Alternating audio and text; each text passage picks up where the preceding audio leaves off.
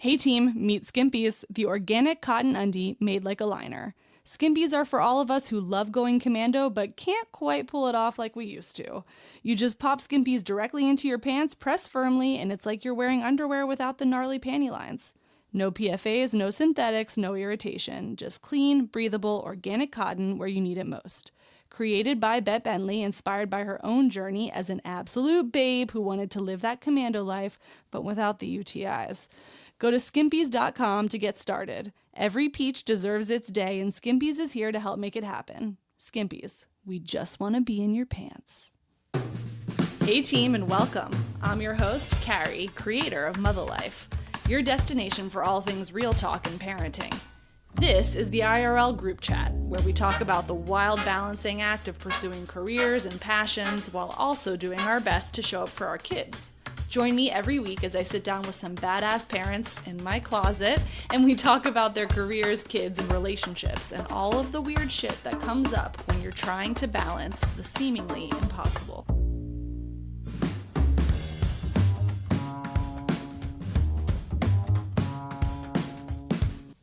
Misperception, a false or inaccurate observation or interpretation of something we see in the world. We have them all the time, and at different stages in our own lives, we may read the exact same situation entirely differently. The me in my 20s would have seen a parent struggling with a tantruming kid and thought something shitty like, wow, they really don't know how to handle their child, or what a spoiled brat. Now I look on with empathy, and honestly, even take great comfort in it. It's good to know we're not alone with the tantrums. We misperceive things all of the time, for better or worse. We do it about other places, other cultures, people who have different priorities than our own. It happens because our brains are trying to make judgments quickly, using information that's floating around us and filling in the blanks. The great news about misperceptions is that we all universally have them. And also, some of our most profound growth as people, as friends, as parents, happens when we confront them, when we engage with the misperception, when we cast them aside. This week's guest had me thinking about misperceptions for so many reasons. For starters, her own misperceptions about the U.S. formed early on in her childhood. She then confronted them and cast them aside. Then I was thinking about her work to clear misperceptions up about her motherland, Kenya, and the African continent more broadly. And don't even get me started on the misperceptions we have of single moms. Natasha Oiye is a multi-hyphenate who has lived so many chapters of her life. She's a newborn care specialist that has helped so many families navigate the early days of sleepless newborn nights, coming into the home as a sleep doula fairy godmother. She's also the founder of Motherland Stuff, which brings stunning handmade jewelry and accessories from Kenya to the U.S., paying artisans fair wages along the way and celebrating their craft. In addition to those two jobs, literally a day job and a night job, she's raising her 3 kids on fufu, love, and healthy boundaries. Enjoy. Welcome to the closet is great. Welcome to I the love closet. It. Yes. Here we are. Exactly. There's so much to talk about. You have multiple lives. Like, you've lived multiple lives. One of the things that I always am super interested in, and actually listeners asked me for this, I think at the turn of the year, of like, we want to hear from people who were raised in different cultures to kind of, because like American parenting is cuckoo, as you know, because you're more intimately related to it than most. Yeah. So it's always like nice to have a different perspective. Like when I have a Canadian on, I'm like, what was that like? Yeah. So I'm obviously going to have to ask you what Kenyan parenting is like, but we're going to start in Kenya and we're going to get to today. Is that where you were born? Yeah, I was born in Kenya. So we're going to start in Kenya. We're going to get to today. We're going to cover the multiple lives that Natasha has lived. I mean, how much time do we have? We're going to do it. It's going to be a series. We're going to do it. I know. No. Okay, so let's go to Kenya. Born in Kenya. Let's go to Kenya. Let's. I would love to be in Kenya right now. Born in Kenya, where? So I was born in Nairobi in Kenyatta Hospital. Kenyatta Hospital is like the public hospital because, you know, I'm a second born. So when you're born, and my parents had kids, I mean, kind of early, you know, 23, 25. So the other last 2 were born in better hospitals. And then the first 2 were like, classic. Yeah, born in the hood hospital. So that's how it is. But like technically my birth certificate says I was born in the village because my parents never got a birth certificate for me. Like I was just born and I went to school and everything. So not till I wanted a passport is you where were they were like, oh like, all shit. right, we need to see where you were born. And I'm like, I was born in this hospital. And they're like, all right, go to that hospital and get a notification. I'm like, from 20, like, I think I was 19, from 19 years ago. Of course, they don't have any records. I tried to bribe them. Nobody had the records. So eventually I just lied I was born in the village. And so what happens then? Somebody Then just the makes... chief knows like one of my relatives. Because, in the village, it's like you're kind of all relatives. Yes. So in the area of, let's say, Hollywood. Yeah. Everybody kind of knows each other. Hollywood might be a little big, maybe half of that, but kind of... Studio City. Yeah, like Studio City. Yeah. So they all know my family and they're like, yeah, her, and she was born. Oh, what was your birthday? They asked me. I'm like, I should have said I was born like a little later. Like I should have given myself 2 more years. But yeah, so I just told them my birthday. The chief signed it, and then I got a birth certificate. Incredible. Yeah. You know what? I could actually use that chief's phone number right now, because when we moved here, I'm like, oh, everyone's so into astrology and whatever. Right. Now I'm like, I don't know what time I was born, and I keep asking my parents for my birth certificate, and they're like, it's in a box. I'm like, you guys fucking lost it. For sure. I have no idea where it is. So I ordered one from the hospital, and it just like... It's as if I went to the chief and was like, tell me I was born here. Like, there's no information on it except for my name. Oh my gosh. So maybe he could tell me when I was born. So interestingly, in our tribe, you know what time you were born by your middle name. Because my middle name means I was born between 4 and 6:30 p.m. That's so useful. Yeah, exactly. It's really useful.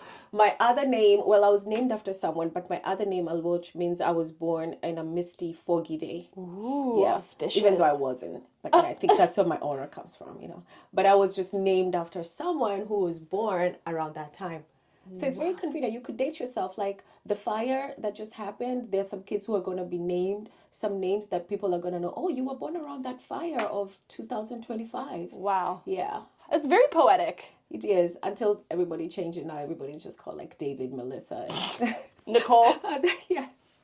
Jennifer. But we do still have very interesting names in my tribe. There's like... What tribe are you from? Luo. Oh, okay, and nice. And Luo, we're very like prideful, and we have like big egos. We're just really big personalities. So some kids are called like Lamborghini, Ferrari, there's Microsoft, Bill Gates. There's like anything like that was trending or that people liked. Yeah, there's a name. Now, not to stereotype, but Luos are also known for like their business prowess, right? There's like their business. Yeah. No, Kikuyus are known for their business Sorry, prowess. Luos. Luos are known for their intelligence. Yeah, so we are typically the scientists, professors, we're really like doctors and all of that. Mm-hmm. And okay, but you're like a little bit of a mix of things, because you're like entrepreneur plus wisdom. But if you think about it, I went to law school, so I was going to be a lawyer, like a typical Luo person. And then how did your family take it when you decided to shift gears? My mom was a lawyer. My dad died when I was 15. So, yeah. And he was pretty, like, modern. I remember in the neighborhood, he was the only dad who used to play with us. So, like, dodgeball and stuff. Or goalie. Like, any position the kids did not want to do, he would hold that down. What a dude! Neighborhood. Yeah. So, he would have been fine. And he was an architect. So, kind of artistic, but still. But he wanted to be a soccer player. And his dad was like, no, you can't be a professional soccer player. So, he became an architect. So for me, my mom was a lawyer. I went to law school. I went for the clinicals, like the attachment part of it, the internship, that's what it's called here. Hated it. It was so boring. I wanted to cry. Boring, yeah. And so I was like, I think I'm just going to go to the States on a sabbatical, and then maybe I'll come back and like venture into like family law or some other kind of law. You're like, I won't give up on it, but like this sucks for right now. Exactly. And then I gave up on it. So growing up, you are one of 4. What sort of like, how much age difference is there? 2. Oh my God. Okay. Exactly. We were born in 81, 83, 85, 87. So do you identify as a middle child?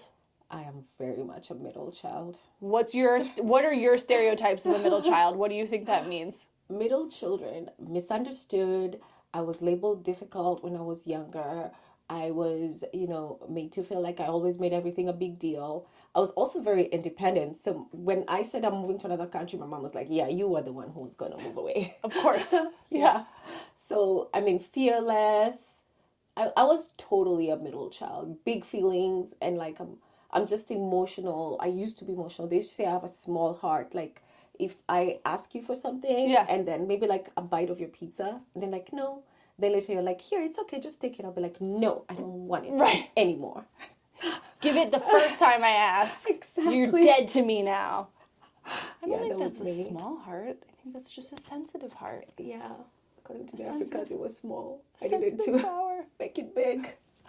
So what are some of the stereotypes? You said your dad was modern, and unfortunately he passed when you were 15, but like you had him for, a lot of your formative years. Are there stereotypes about Kenyan parenting styles the way there are about American? Oh, yeah. I think all African, Indian, Arab, like all those kind of cultures have the same kind of super strict parenting. I remember some of my friends, like, as soon as their dad walked in the house, they would scatter to their rooms, like, all fun ended immediately kind of situation. My house was a little different. But Kenyan parenting, typically it's like you can't talk back to your parents. You can't ask for things. If you give them money, you can't ask for it back. There's like so much of a hierarchy. Yeah. But the thing I notice about like African moms, I feel like they have an easier time because nobody expects them to like be everything to their child. So I'll give an example. Like there's a friend of mine who, after I'd been here a couple of years, she's like, my mom's coming. I was like, oh, nice, good. She's like, no, I don't like when she comes because when I was young, she never came to this and she didn't do this for me and she never listened to me. And I'm listening to her, the rap sheet of her mom's crimes. And I'm like, my mom did all those things. Right. But I don't resent her. But it's because like our moms all had lives. Right. It was normal. You were not supposed to be everything to your child or your husband. Like the moms had and one individual mom could have like 4 friend groups. So there's the chama, which is all the moms maybe in the neighborhood meet up and then they all give money. So it's kind of like a merry-go-round thing. Yeah, so like a social insurance sort of thing. Yeah, like a social, kind of like a social banking. Because what happens is you give $5 every week and then it takes turns. So one of the times you're the one who's going to receive it. So if there's 12 women, you get $60. So then you keep going round and round. So there would be that one, then there would be a church one, then there would be like the school moms, then there'll be like her high school friends. So moms just like always had something going on. Plus, of course, you can afford childcare. Yeah. Even if you make $10 a day, there's a childcare person who charges you $1 a day. So if not, you have aunties, cousins, people living with you or who are visiting or your kids just outside, So not being stared at by a grown-up constantly. Exactly. So this constant like going to your kids every little thing, I'm like, this is exhausting. How am I supposed to do all this? Crazy. Yeah. And you yourself now have 3 kids. I have 3, but they're starting to get used to like, I'm not going to show up to everything. Or even the look. I'm like, all right, you get 3 looks in the next hour. Use them wisely. Hey, Mom, watch this. Yeah. I'm like, no, use them wisely. Or when we go to play, I'm like, play for your own independence. If I go to the park with my kids, I don't anymore. But when they were younger, I'll just sit and then read my book or do my own thing. And then you play. Like, I'm not coming up into the thing with you, the jungle gym or whatever. I'm like, no. That fucking thing. I'm like, what is this? But a moment on those play structures. Yes. Why do they design them for like a young child to maybe kill themselves? Like there's always just a random hole on the side that leads to nowhere that like all it takes is somebody tripping. Right. It's like, couldn't you have just covered the whole thing in foam? I know what you mean, but here's the thing. You have to let your kids be in dangerous situations. They are the dangerous situation. Well, I mean, yours did break your finger. Yeah. But yeah, they're the dangerous situation. You could just remind her every Mother's Day from when she's 18 to like the rest of her life. I know. My favorite part is when it happened, she goes, Mama, nails okay? Oh, she was checking on the manicure, which honestly, I appreciate. She's checking on the mani. We appreciate that. Mama, One nails day she'll okay? try to fix it. Yeah. Yeah. Please I've no. had that painting my whole hand. But what's interesting about what you're saying is there's kind of both this like side that sounds strict and like very structured, like, seen, not heard, don't talk back. These are the rules. Curfew? Yeah. Curfew, whatever. Totally. And also a lot of freedom. Yeah. At the same time. Mm-hmm. Your parents left you alone all the day. So I would ride my bike. I would leave my house at 8 a.m., maybe my auntie or the nanny will look around the neighborhood around 2 p.m. to see where I am, call me to eat or something. And then if I can convince her I'm not hungry, she'll let me eat, right? If not, then I'll come back for a couple of minutes. If I can convince her I'm not hungry. Then I'll stay outside until it's dark. And even now with the way society's changed, because Nairobi has really modernized, the city I grew up in, still, like, if you live in a neighborhood, kids are still outside. Yeah. Yeah, so if you live in an apartment complex, there's a security at the gate, main gate, and then kids are still outside. So kids are outside all day. And then when you come home in the evening, then you have the structure. And I think it's much easier to accept the strictness because it's not 24/7. Right. It's not like you're constantly being suffocated by it. You have a lot of freedom. And I think that's why, like, a lot of Africans are, like, super confident people because they've handled situations since they were, 4. Yeah. And if you have a younger sibling, it's even more. Younger, yeah. Yeah. Sounds kind of nice. Now, Nairobi also has had, I think it's improved, a reputation, Nairobi, of being a little stressful. Yeah. And it is a big city. I mean, it is a proper big is. metropolis. Did you ever feel any of that growing up? I remember once this guy, I was riding my bike, of course, alone at like dusk. Sure. And Classic. this dude was coming to me and then he hit me and I fell on the ground and he went for my bike and I thought he was coming to rescue me and he just stole my bike. Dick? Yeah, no, I was traumatized. It takes a special kind of person to knock a kid off their bike and then take the bike. And then take it and ride it. I was so pissed. I remember crying. I felt so... That was my first incident someone robbed me. I felt so, like, it was so unfair. I think that's the first time I felt unfairness. Yeah. And I was so mad. And I didn't even know it until I just picked myself up. I walked home. And then once I opened and my auntie's like, what happened? And then it was like, wow. Yeah, it's a tough lesson to learn. I remember somebody once stole my phone and I was like, I just kept looking for it because I was like, there's no way somebody stole it. Yeah, and you're like, I worked for this. And they think it's okay to just get it. But the thing with growing up in Nairobi is if you're in your neighborhood, you're good. Right. Now, when you're out of your neighborhood, you have to have situational awareness. And I'm still like that. If someone comes close to me, I'm always like, what do you want? Like, what are you looking for? It's not as bad as, like, the U.S. Embassy makes it sound because the travel advisories against it are always like, and I'm like, New York's more dangerous. For sure. Yeah. Especially Times Square. But you just also have to know where you're going. You can't just walk everywhere. It's true. There's, like, River Road, like, those places. Yeah. You go in 2s or 3s and only if you must. Now, how often, what type of neighborhood did you grow up in? So I always tell my kids, like, I was a rich girl growing up. I'm like, I'm not used to the stress and poverty and things like that. Well, I wasn't, like, rich, but we were comfortably middle class. Like, I went to a private school. We had one car because my mom never wanted to drive. Respect. But, yeah, I know. hate driving. She only drove when my dad passed away. That's what she's like, all right, I guess we're going to figure this out. But I hate driving too. But then it was a really good childhood. I didn't ever feel like I didn't have something. We ate really well. But it's like because like driving to school, I would see people walking because they didn't have money. You're surrounded by people who are struggling. So at least I remember just having that kind of awareness. But when we went to the village, because in the village, like, the bathroom's outside and it's a whole, oh, man, I used to, like, hold it, like, for days. I would get sick because I'm like, I'm not going out there. I wouldn't shower in the village because the bathroom was literally just, like papyrus or a bamboo square fence. And then you just take your bucket and go inside there. And I'm like, no.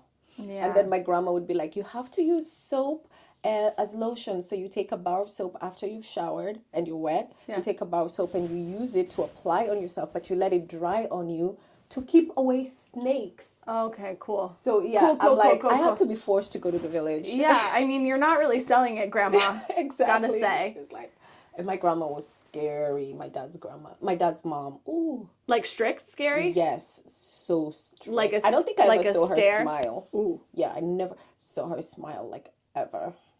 I think she only spoke to me individually, like, one-on-one when I was 14. It's the first time I had a conversation with her.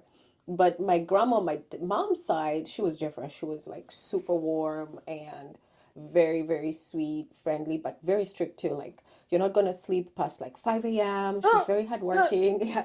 She had her own restaurant. And she always used to be so bothered that I was skinny. So anytime she came to the city, she would try to feed me. Yeah. Yeah, she would force feed me for the 3 days she was there. Do you have favorite foods from growing up? Yeah, all the foods I hated when I was young, I love now. Like pilau? I love pilau. That's but a very I eat good fufu or ugali like all the time. Classic. Also, I got married to a Congolese guy and they eat a lot of fufu, which is different from ugali. But to people here, it's the same thing. So I don't really differentiate. Just for context, we're talking about like a starchy thing that it usually gets dipped in a soup or a stew and you're eating it with your hands and it like feels really warm. I usually, like my mission, I usually say I'm the fufu missionary. Like I'm the evangelist. If you have never tried it and you're my friend, you're going to try it because Do you hear that, guys? I usually do Text it. Natasha if you know her. Exactly. Text me. Let me know. Follow me. You'll see me cooking it like all the time. It's such a workout. And then it's the experience of it because it's how you get it and then you dip it and then you do. And I feel like there's a skill that because you know West Africa they also have other kinds of swallows which are kind of similar, but always like I can't because like I'm not. You take it. You make it like a ball. You put a hole in it. That hole is like your little pot. And then the fufu is like your spoon for the stew. We might have to make you do a tutorial and post it on the show notes for everybody. It is so impressive. Okay, so it sounds like through growing up, you did, like, were you into pop culture? Like, what made you want to come to the U.S.? I was very into hip-hop. I remember loving Tupac, and the day he died at school, the whole afternoon everybody was buzzing about it. Oh, I thought I would be a rapper. I remember calling a radio show once with my rhymes. They didn't even pick up. Wait, did you have a rapping name? No. You were just going to go by Natasha? I know, I should. I mean, everybody called me Tish, though. Tish. I mean, I was called my African name, alll, till I was in the 8th grade. Okay. That's when somehow, I don't know if it's because I went to a new school, people now started using my English name, but up to that time, like my younger friends from my neighborhood I grew up in still call you alll. Still call me alll. That's how I know, like, when in life you met me, I was alll. Then from that time, I was Tish, which is short for Natasha, until high school, I was Tish. Then after that, when I started working, I was Natasha. Natasha. You know what? Tish could be a rapper name, though. Yeah, like you could make Tish. that Little Tish. Yeah, you can make that work. Or Big Tish. Who knows? Well, Skinny Tish. It sounds like, according to your grandma. I mean, not anymore, but that was good when it lasted. But yeah, I loved pop culture. I came here by mistake. I never liked Americans. Sure. Because nobody likes Americans out there, and it's famously just, not. Yeah, and it's just how do you call it? Like when you see misperception, it's just like a fake perception of what Americans are.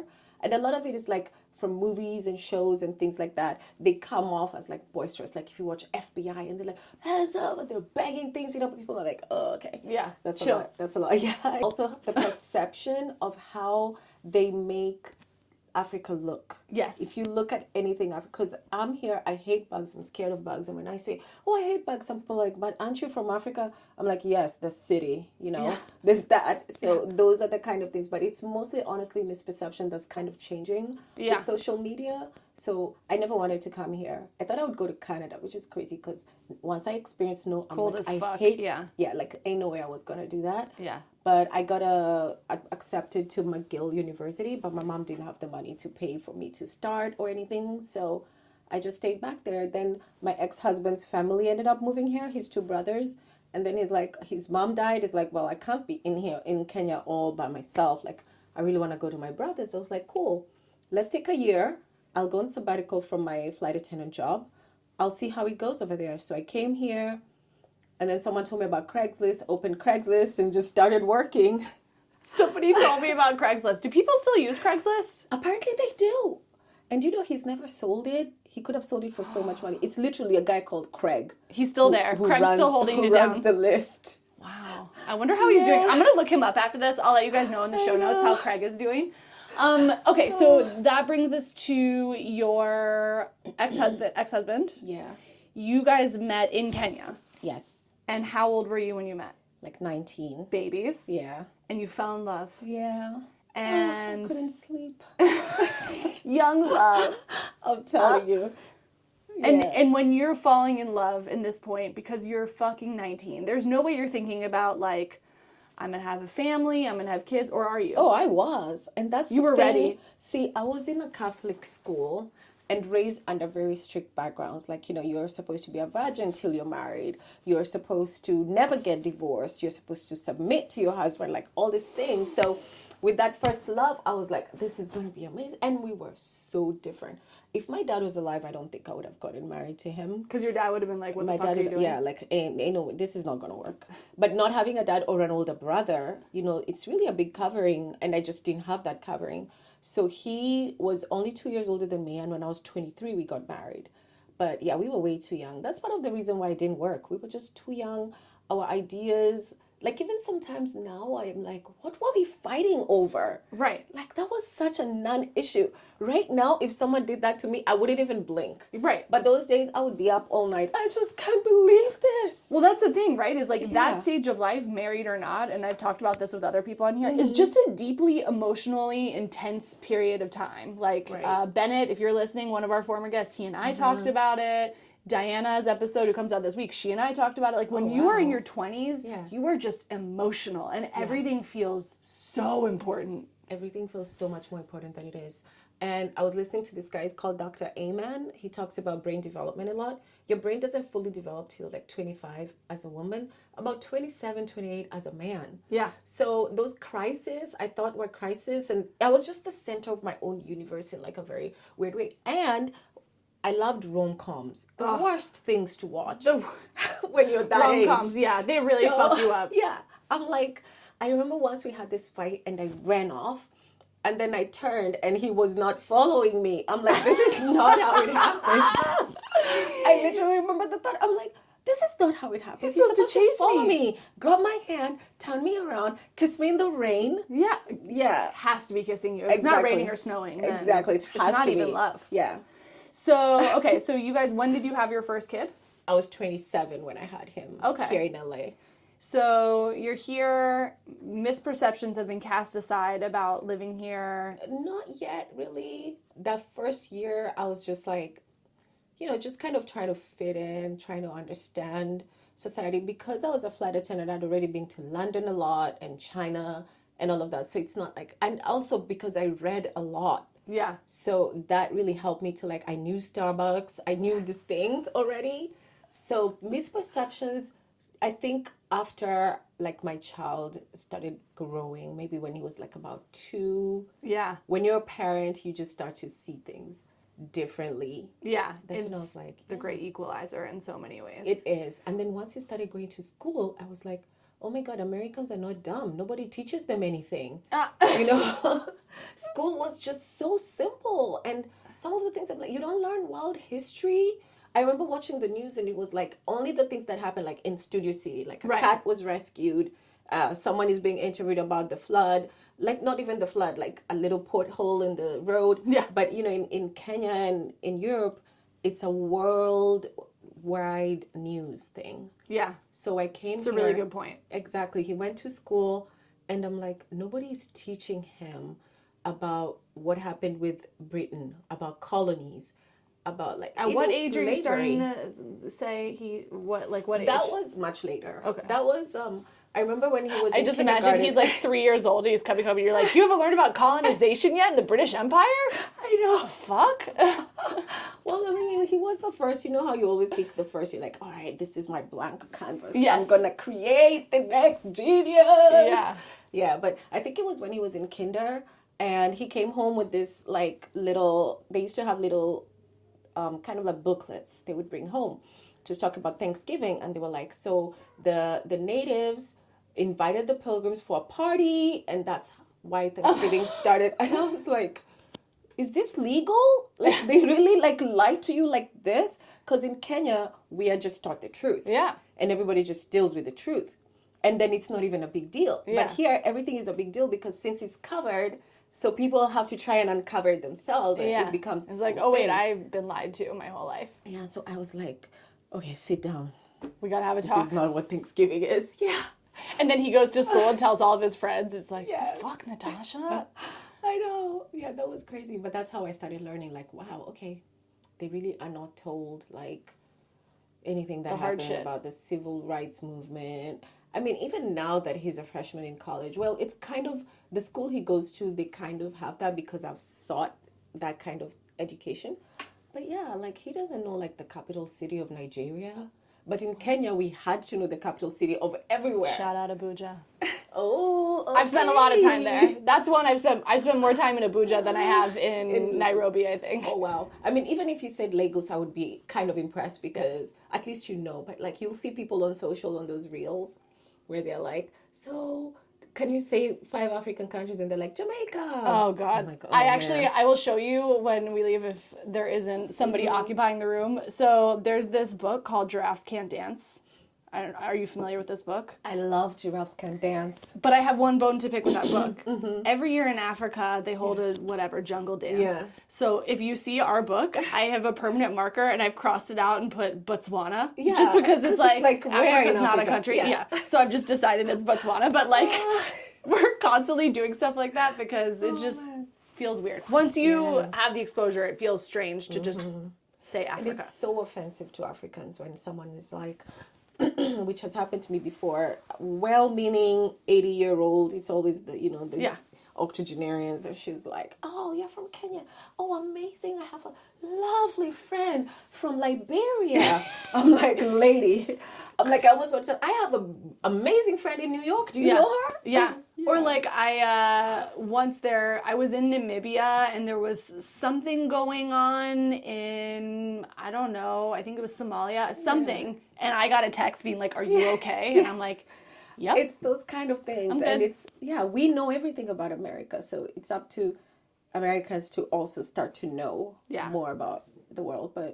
And then, in Europe, especially Germany, when I was a flight attendant, you turn on the TV and it's like hungry African kids, probably Somali or Ethiopian, with like flies and snot. I don't know if they actually put those, because Africans like to be clean. Yeah. So I don't know if they put that for the effect. And I'm like, why don't you feed the kid if he's so hungry and you're just taking a video of him? Poverty porn. Yes, that's what it is. Now, when you were a flight attendant, was that job because you just wanted to see the world? It was the only job that hired me, that paid money. I really needed work. That's a good reason to take it. I'm like, why do you want this job? I'm broke. I need the money. Yeah, and I can smile. Exactly. And of course, it was like a super prestigious job. Yeah. It's much more glamorous in Africa than it is here because not everybody flies. So it's really glamorous to be a flight attendant. Like if you go in, you take over any party because now all everybody wants to ask is, where are you going next? Where were you yesterday? Yeah. Things like that. But literally, so what happened is we were living a very comfortable life. And then my dad passed away. My mom was going through some things. We lost our house. She lost her license to practice law and we were broke. So when I was about 17, we literally were homeless. Wow. Yeah, from like a really comfortable life. So me and my older sister kind of had to figure it out. Dramatic change. It was very Trauma. very different. Yeah, it was very different. But we lived with an auntie here and there, and then they would get tired of us, kick us out, move to another auntie, move to a friend's. Like we just kind of, the thing with Kenya is like it's hard to be homeless. You can't be on the street unless it's your choice because you have a piece of land where you belong. In the village, you have a place that's rightfully yours. You have neighbors who will come and direct a house for you. So you cannot be homeless. But in the city, you would just move from relative to relative. So it's not like we were in the street. And then eventually I started working for like the Intercontinental Hotel in customer service. And then I got the flight attendant job. The minimum age was 21. And I applied like 4 days before my birthday is when they announced it. So by the time my birthday came and the interview came, I was 21. That's why I was looking for my passport so desperately. Luckily, you didn't age yourself down, or else you wouldn't have gotten that job. I think, there you go. No wonder I didn't age myself Silver down. lining. Yeah, that's why I didn't age myself down. Wow. Okay, so you're traveling all over the world. You're married or dating? I was dating in the beginning, then got married, like somewhere in between. And then you have your first child after you move here. Mm-hmm. And what were you doing for work at that time? What was Craigslist helping you to realize? Yeah, Craigslist, the first thing I realized, like, work is not that hard because the story in Kenya was like, if you come to America, you're going to wash so many dishes, you're going to do so much manual labor. They don't care if you're a doctor, they don't care if you're a lawyer, you're going to like be mistreated, you're going to do like bad jobs. And then I got here, I got a job as a dishwasher, and then my client would come, my boss would come, and she owned like a catering company, and we would like work in Beverly Hills and like super exclusive celebrity spots and parties. And she would come to the kitchen, Natasha, you okay? You all right? Thank you so much for it. I'm like, she's thanking me, but she's paying me.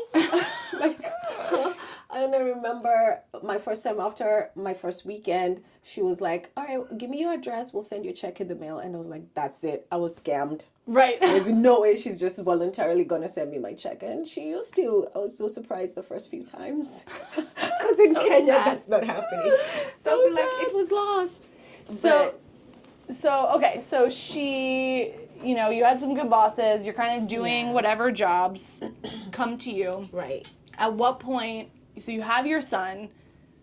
Let's talk about that. Yeah. Was there anything surprising to you when you became a mom? Or was this just like, I've seen people do this a million times, here I am? It was very surprising because I didn't even know it was hard. I mean, I knew it was hard from like the movies, but I was picturing us dressed in matching outfits, you know. I had like he'll be laying next to me. The pictures would be so cute. Like I just had this, it was going to be cute.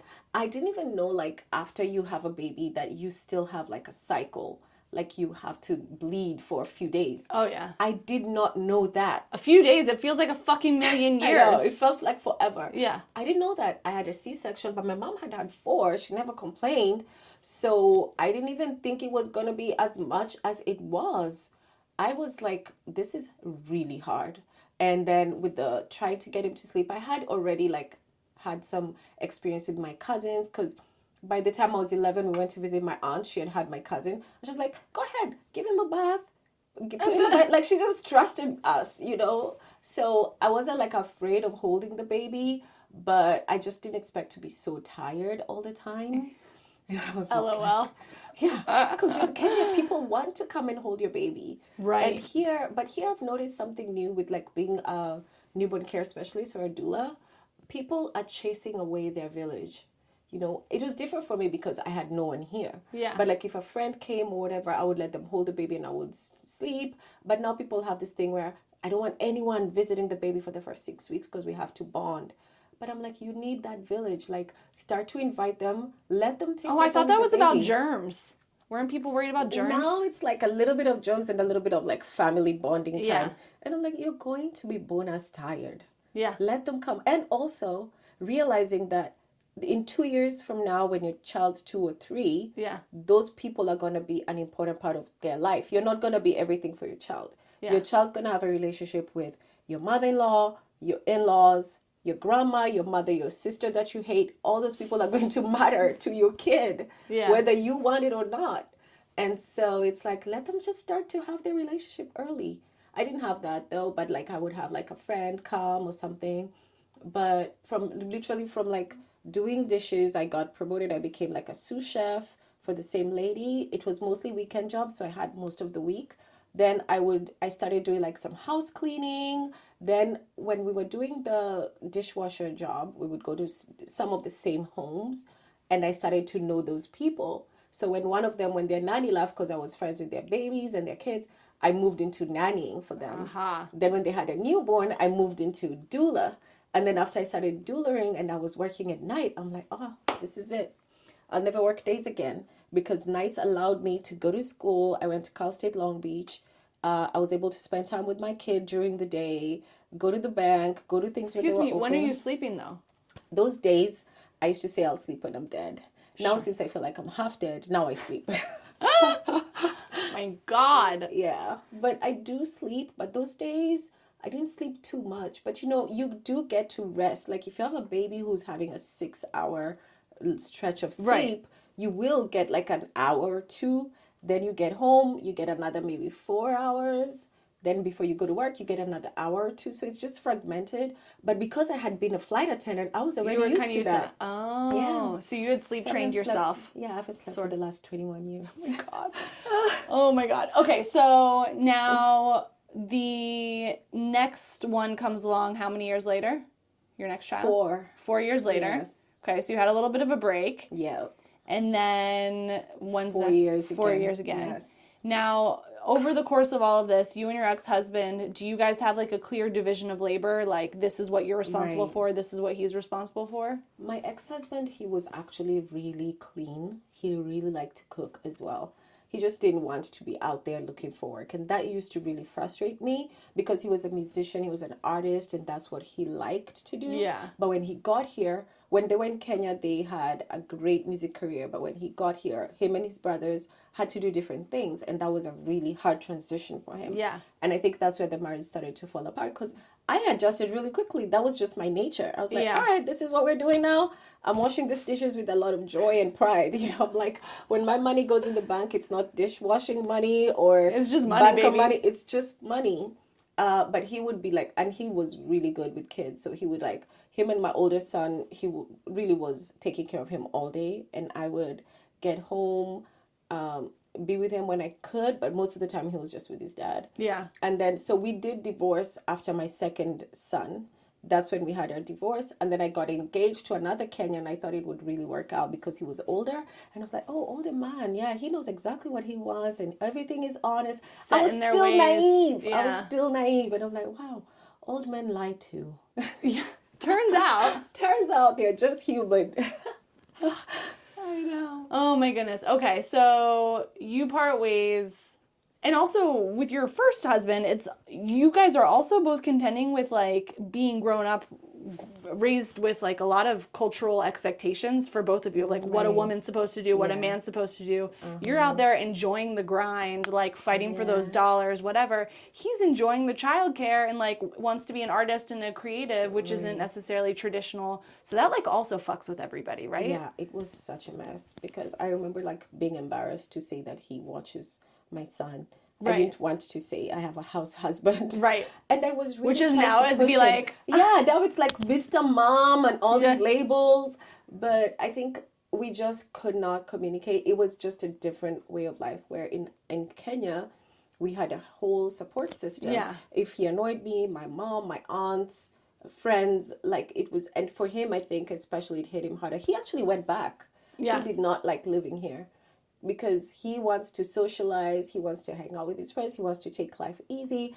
And here, even if you're trying to hang out, everybody else is working. Yeah. You know, so... It's like not fun, guys. Exactly. So he was expecting, the demands on me were so many. And I was like, I'm an independent woman, I'm a career woman, leave me alone. Yeah. So it became like a lot of fighting. Too much pressure. Yeah.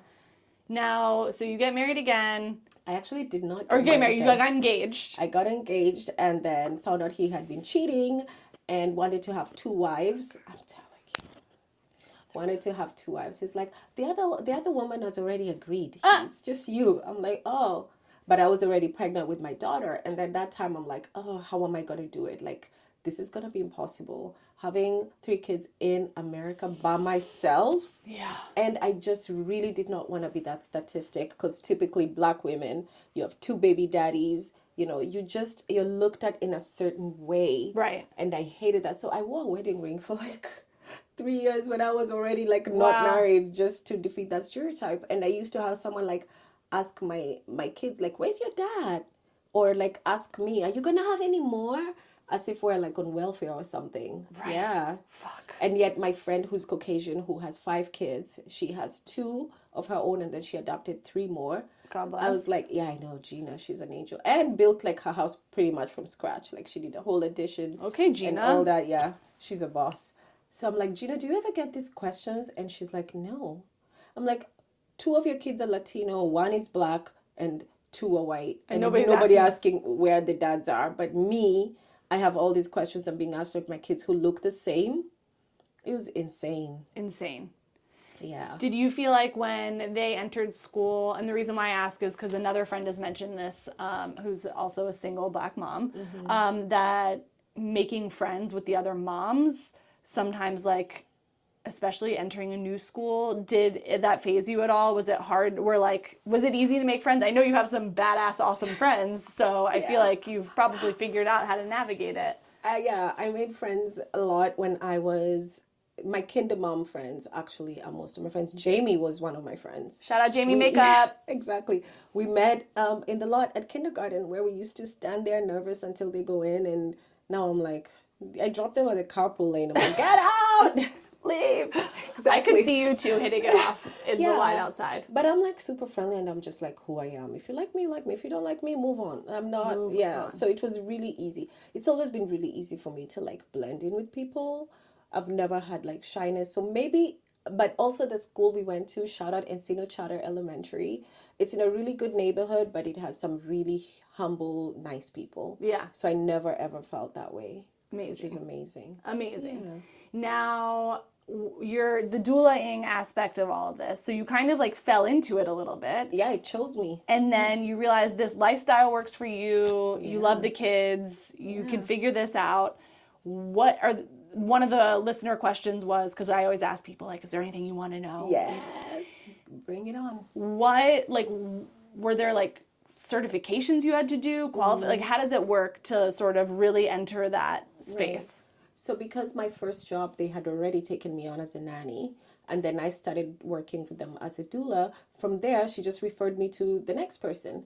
I stopped being their nanny because as my kid grew and they needed less hours, I just needed something with more hours. So they're like, just be the doula, come at night. You're doing the same thing during the day that you do at night. I'm like, cool. I started with them. And then after that, they just referred me to the next person and the next person. So I didn't actually need certification until I had been like 2 years in the game, when I was like, all right, I need to look for work now. Yeah. I don't have a client or anything. That's when I got like an online course I did, got a certification. Then I did my CPR and all those, which I always renew. But I didn't really need it because it just comes so intuitively for me. I'm literally the baby whisperer. Like, I don't struggle with it. And I think my type A low personality, where I'm very detailed, allows me to like really fragment it. So I move out of jobs really quickly. Yeah. I miss the babies, obviously. Like, I still see them. Like, I still see the 5-year-olds, 10-year-olds. It's crazy. Yeah, I'm always in touch with them. But it just, I was able to just like fall into it and keep going. And even times I'll be like, I think I'm going to stop doing because I need to rest. And then someone will call me and I'm like, the baby needs me. I can me. help them so fast. Right.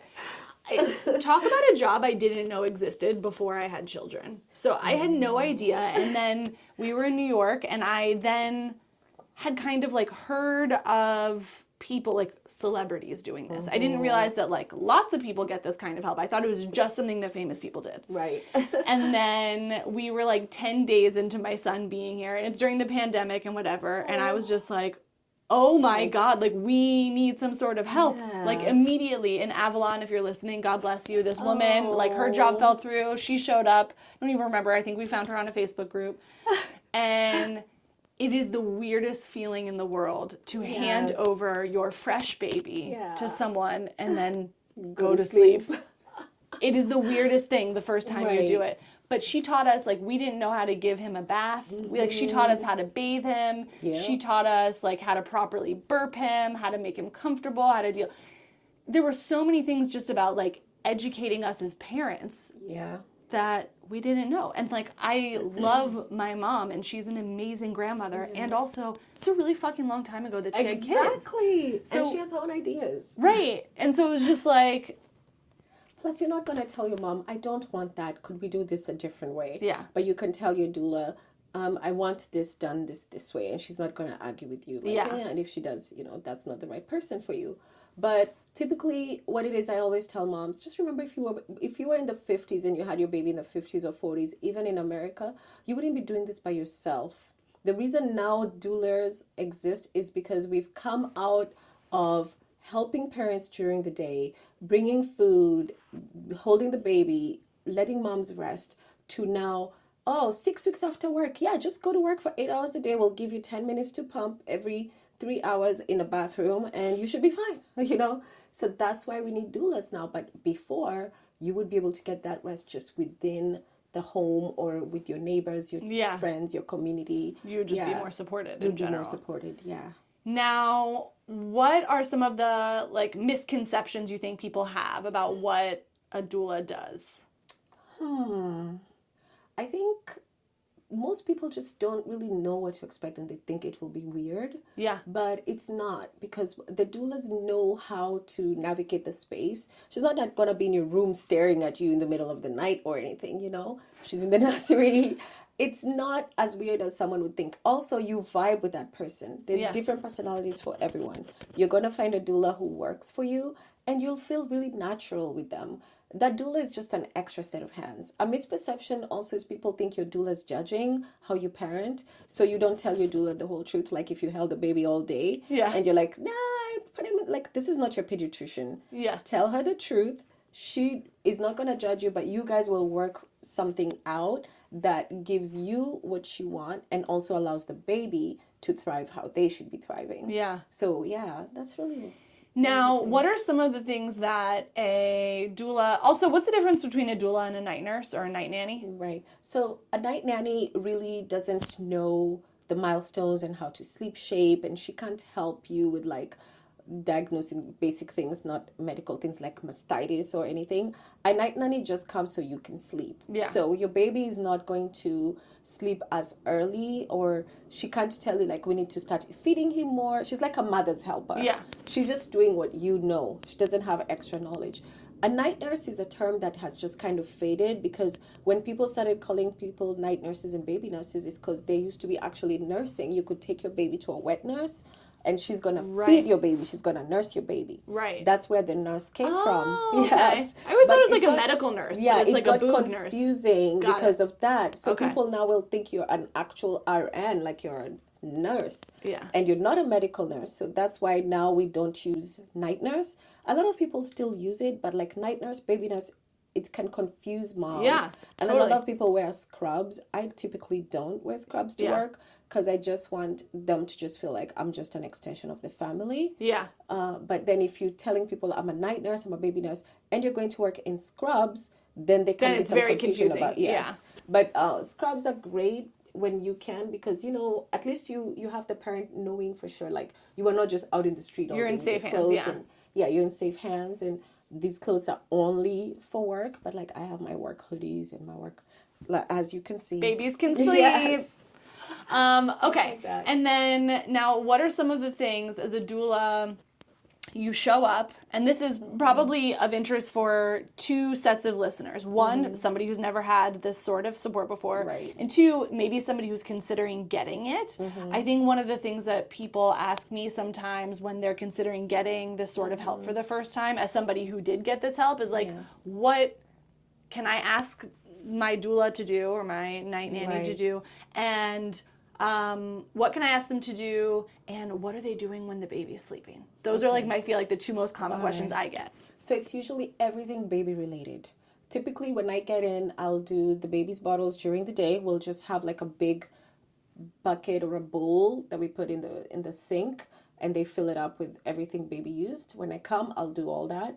The pump parts for the mom, I'll wash them, take them to the mom. When she's done pumping, she doesn't have to leave her bed. Just leave them on the nightstand. I'll sneak in, get them, and go clean up, put them away, all that. Baby laundry. Typically at the night, I can't like start removing the things that the baby's too small for, like super organizing. Because for sleep, it needs to be a quiet, dark room. Yeah. But your doula is going to rest. Now, it's not sleeping, because sometimes some parents have complained she was so asleep that she couldn't hear the baby crying or something like that. That's wrong, and you should be fired for that. But typically, it's either on a recliner or you get like a portable mattress. Some houses even have a bed for the doula, so you'll rest up while the baby's asleep. And then you bring the baby for feedings to the mom if she's breastfeeding. But mostly the moms will breastfeed only a little, and then they'll give you the baby, because that's going to help them to actually sleep. And then they'll pump and you'll do all the feedings. So diaper changes, typically everything a baby needs at night, and also baby duties. Sometimes if a doula is coming early, the mom's awake, she can make tea. Or if the mom wants something like lactation balls or anything that you can make. Some moms will want like a soup. You can also do that, but it's not everybody who does that. It's more specifically doulas. Yeah. And newborn care specialists will not do some of those tasks, like more mom related. But there's fluidity. It's upon the two of you before for you to ask, is there anything you're not comfortable doing? Yeah. Or anything like that. And then you have to go for the person who, you know, you feel Matches like best. matches. You want someone who, if the baby's crying at the time they're supposed to leave, they're not like, all right, here's your baby, bye. At least they're gonna stay a couple of minutes and try to figure out what's happening. That's the worst. Yeah. Yeah, someone who's gonna come on time. But you want someone who's really gonna fit in with your family. Yeah. Someone fluid. Like, for example, in most of my jobs as a doula, like my job right now, if I stay past 7 a.m., I'm going to open the crate for the dog. I'm going to let the dog out. I'm going to put water for the dog. That's real bonus points. Yes, because I'm always like, why would you wake up? I'm here so you can sleep. Yeah. I do not want you to wake up, you know? So all that I am definitely doing, just like it's a family. It's not a company where you have you clock in, clock out. Yeah. Like, things change. And usually if someone's not like, oh, clean out my pantry and do all that, anything that's just simple. Within reason, yeah. Within reason, the doula is just there to make your life easier. Wow. Now, you also kind of see the real intimate guts of postpartum life. Yes. Women and birthing people in tears. Yes. The tension between a couple when a newborn is here and everyone's tired. Do you ever feel like sometimes part of your job is like part therapist? Sometimes. That's like my main job. And it works really well because I have a non-judgmental spirit. I never look surprised at anything. And also, like, I really mind my business. So someone will be like, oh, I'm so sorry you had to hear all that fighting yesterday. And I'm like, what fighting? Yeah. I didn't even hear you guys. Yeah. But yeah, you have to be like a therapist. This mom doesn't, and even if it's a second time, because I've had some moms have gone back for 2, 3 babies, it's still always different and it's still always stressful. So many tears. And I always assure them, like, listen, you're not the first person I've seen cry. A lot of women cry at this stage. And you're not going to remember all of this in a few years. So don't even worry about it. Like, just be in the moment. Just survive it. Yes, but it's always just kind of listening and understanding what do they want. If it's, because people are different. There are some people who, when they cry, they don't want to be talked to. Yeah. They just want you to leave them alone, tell them tomorrow or never. And there's some people who like want to like sit with you and vent. So, you're just there for whichever. I bet you're a really good friend. You have like the real core skill sets to be a really good friend. Letting out a dog and gauging what kind of crier somebody is, that's like high value friendship. Now, with your own kids, you've got 3 kids, one of whom is in college. No. Freshman in high school. Oh, I thought you said college. No, I just said freshman. Oh my God. I almost had a panic attack. Okay. One day he will be in college. Thank God. I'm not too far. Really, am I like 4 years away? You're really not I was trying far. to convince him, like, go to UCLA. I promise I'll not visit you. He looked at me, he's like, Mom. Yeah, I don't even believe that. I promise none of us will show up. Just go to UCLA or CSUN. Yeah, right nobody believes you, Yeah. Natasha. So you've got these 3 kids, oldest of whom is a freshman in high school. Yeah. And you grew up with like kind of this blend of parenting styles, it sounds like, because it sounds like your dad maybe didn't love that his mom was so strict and cold and was a little bit more fun and fancy free himself. You had your mom. What's your sort of brand of parenting for your kids now? I'm a parent who I have a very strict square. That's how I describe it. Very strict square with boundaries that do not shift. But inside that square, so much freedom. That's how I parent, and it works really well. There's a book I read by this French, was she French or she was American living in France? Bring Up Bébé? Bring Up Bébé. And classic. I was like, that's me. I read it after I had babies. And I was like, that's really me. Literally, as long as, like, I have a strict rule, like, no sleepovers. You can only sleep over at, like, a very limited amount of people that I know. But apart from that, like, when you're at that sleepover, I do not want pictures. I don't care what you guys are doing. If I have my kid with someone, I don't trust them. Yeah, I'm not asking you for pictures, or I'm not asking you questions. I'm not giving you a list. Before bed, she needs these 5 things, and no, I'm not doing any of that. But you have to be in my circle. With the kids, they know, like, I don't play with, like, you have to do your chores. I mean, you have like one chore, honestly. So you have to do your, like, the older one has dishes. He has like 3 dishes. He has to either load or unload. The 2 of them like change every month. And that's their thing. I was just like, I need the dishes loaded and unloaded. And then they decided, I'll take a whole month of loading, a whole month of unloading. So whenever the month changes, there's one person who's celebrating. They love to unload more than to load. Yeah, of course. Oh, it takes me like 3 minutes to Actually, load the I don't dishwasher. know. Yeah, they love to. No, I think I like to I load. hate unloading. You have to But like... kids get grossed out easily, so they're probably They like, do. "Ugh." Yeah. Yeah. And then another thing with that is like the person who loads the dishwasher never cleans the sink. I'll clean the sink.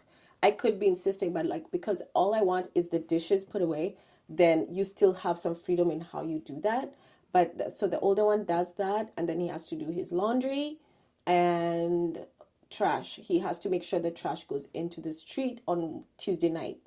Great. So that's what he does. The middle one, he has more chores because my older one plays so much basketball. Yeah. So it's like he's being productive anyway. So I just let him. My middle one loves to cook. So he'll cook for us typically, sometimes maybe 2 or 3 times a week. Yeah, he's really good at that. Then he'll do his part of the dishes. His brother has to remind him about the trash. He's not good at remembering that.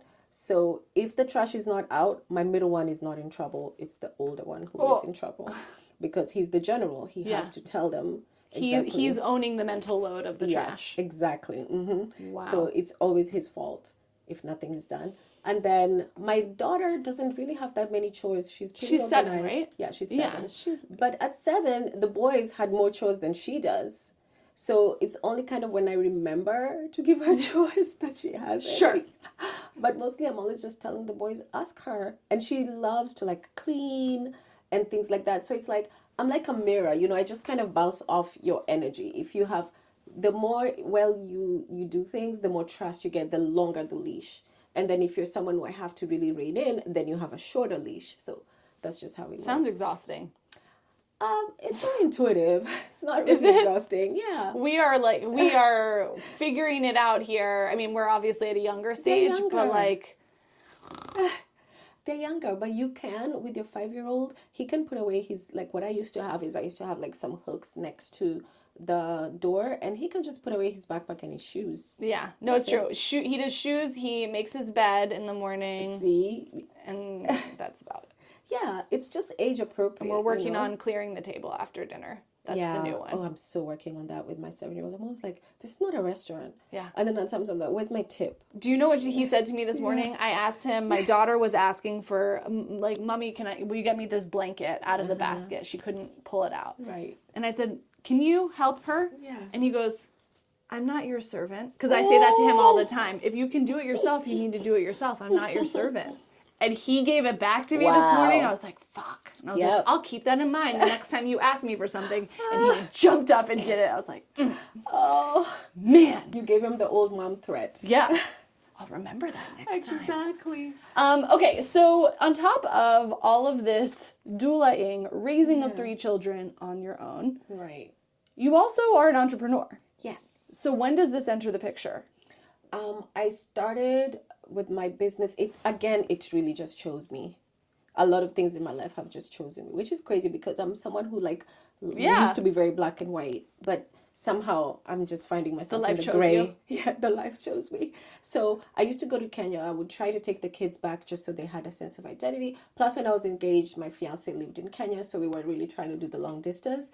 Every time I went, I would come back with like gifts for my families, the babies, the parents. Like I would always like bring them stuff. And the moms in Kenya in the market loved me because I would give them tips. I would pay them more. I'm like, there is no way this is $2. Like, this is not even enough. I'm paying you more for this. So after a while, I had bought everyone presents. But whenever I would go back, they'd be like, please just buy this, just buy this, just buy this. I want my stuff in America. I don't know. So I'm like, okay. So I started bringing back things. My friend's like, open an Etsy store. I opened an Etsy store. It was fine. And then I met this lady, Tabitha Brown, actually. She is a huge influencer. And our kids were in the same basketball team. And she was like, I like your earrings. I'm like, thanks, they're from Kenya, which she already knew I'm from. She's like, bring something and I'll post it for you. So I brought her some stuff. And she was like, well, before I post it, you're going to get a lot of people asking for this. Do you have a website? Do you need an Instagram? I'm like, give me one day. And I've always been, the kind of person who like, I'll Google things, I'll figure things out, whatever. So I remember going on Google how to start a website, where to go, and how to do this and this and this. So I did it. I sent it to her. She tried to purchase, she's like, it's not going through. Went back to the website, figured it out. So by the time she started to wear my stuff, I had a website and all that. That's literally how I started the business. That was like 2019. Then the pandemic happened and people were afraid to have doulas in their house, but people were shopping online. So I just kept Motherland stuff going. I remember I got the name within like a day. I'm like, what is the shop going to be called? People are like, some tough Swahili names. I'm like, I want a name anyone will just remember. Yeah. Like when they're telling their friends at a party, they don't have to start thinking. I'm like, well, I am bringing like stuff from Africa. Then I'm like, stuff from the motherland stuff. That was it. That was the name. Done. I did not overthink anything. Yes. I love it. I took some pictures. I remember that I was a doula until 9 a.m. So the baby's not up at 7 yet. Son's in. I just would take some pictures of my stuff that was in my purse and post it. Wow. Online, on my website, not even just on IG. And yeah, so I've always just kept it going till then. It's amazing. Well, I was saying before we started that this is the perfectly timed episode because everyone's going to be looking for Christmas, Hanukkah, holiday gifts. And I also do think that there is this move right now to try and buy more from smaller businesses. Oh, yeah. And, you know, it's just, we want more interesting stuff. Like, everyone's just giving each other the same sort of shit, and it's like... Yeah. Fast fashion. Yeah, it's just like not as much fun. It's not as magical. Wait, do you sell any of these? I actually sell all of those. Okay. I'm an entrepreneur. I'm not going to bring something that is not available to the public. So this is like very traditional Maasai beading, and I'm such a hoe for Maasai beading. And is this true? So I know the Maasai say that like lions have some sort of negative reaction or like aversion to the red and the orange. Yes. And the pattern. Is that true? I'm not sure about the pattern, but wild animals tend to see red way more than they see other colors. So when they see that, because there's some colors they don't see, when they see that repels them. So they know like not to go that way unless you want to make a lot of noise, which might work or not work. But yeah, so that's part of where it started. So if you carry this candle around, no lion is going to attack you. You'll be fine. Exactly. But this is also really cute. I think you call these the labubu, the black labubus. The black labubus. So guys, we can have cute bag charms. Yeah, because I just wanted something with a story. I like labubus and I like how they kind of tell someone your personality. But I'm like, I want something that has a story. It didn't come from a factory. You know, it's something like you're helping someone. The lady who makes those black labubus is called Nelly. She's really sweet. She makes a lot of dolls. And last year I had them as Christmas ornaments. Cute. So I have some as Christmas tree ornaments and you can use them for whatever. If you don't celebrate Christmas, if you celebrate Hanukkah, if you don't celebrate anything, you can still hang it somewhere. Or you can just have it as a bag charm. I'm going to put it on my bag. I've always wanted to be a bag charm lady, so now I am. Exactly, yeah. This has been so much fun. I feel like there are so many more things. Like, I feel like I could talk to you just about being a flight attendant. I know, right? Like, that is a whole thing. I have so many, like, for instance, this is the last thing I'll say about flight attendants. If you were to say there's an emergency and the thing comes down. Right. To this day, I'm not convinced I would do all the things that I was told to do in the safety video. So, I don't know. Should I bring this doomsday on? I don't know. But, so we take an engineering kind of class where an engineer talks to us about how the plane works and all of this. And the engineer talks to us for a week. We have tests, we have experiments, we do whatever. So flight school, to be a flight attendant, once you're hired, you're in training for like 6 months. Yeah. You don't just start flying. And he was like, it happens so instantaneously, you'll be dead instantaneously. You will not have any of those. What good news! This is great. So don't worry, you'll be in heaven or wherever you think you'll be. You know but that's what he was telling us, like, unless it's like a minor decompression of which you do have enough time by the time it comes down to 10,000 feet. You'll be okay even if you didn't figure it out. You'll be able to breathe. But if it's an actual emergency, it happens in a couple of seconds. You won't even feel it. It'll just be straight, oh, I'm somewhere else. Straight from the mouth of Lil Tish herself. Little Tish. Dropping bars on the ephemeral nature of reality and life as we know it. Yeah. Don't worry about the mask dropping down. Yeah. This has been such a treat. It's been so much fun. Me. I'm going to put lots of stuff in the show notes for people to check out. And just remember, guys, babies can sleep. Babies can sleep. is wonderful. Thank you. Team, I need your help. If you love it here, please like and leave a review on your favorite podcast platform. Subscribe to the Substack for full access to this episode's show notes and join the discussion. And of course, follow me on Instagram at mutha, mutha.life for a daily look at all things mother. Thanks for listening. Be sure to tune in next week for another Chat in the Closet. This podcast was produced by Mother Life, music by Ronan Landa. See you next time.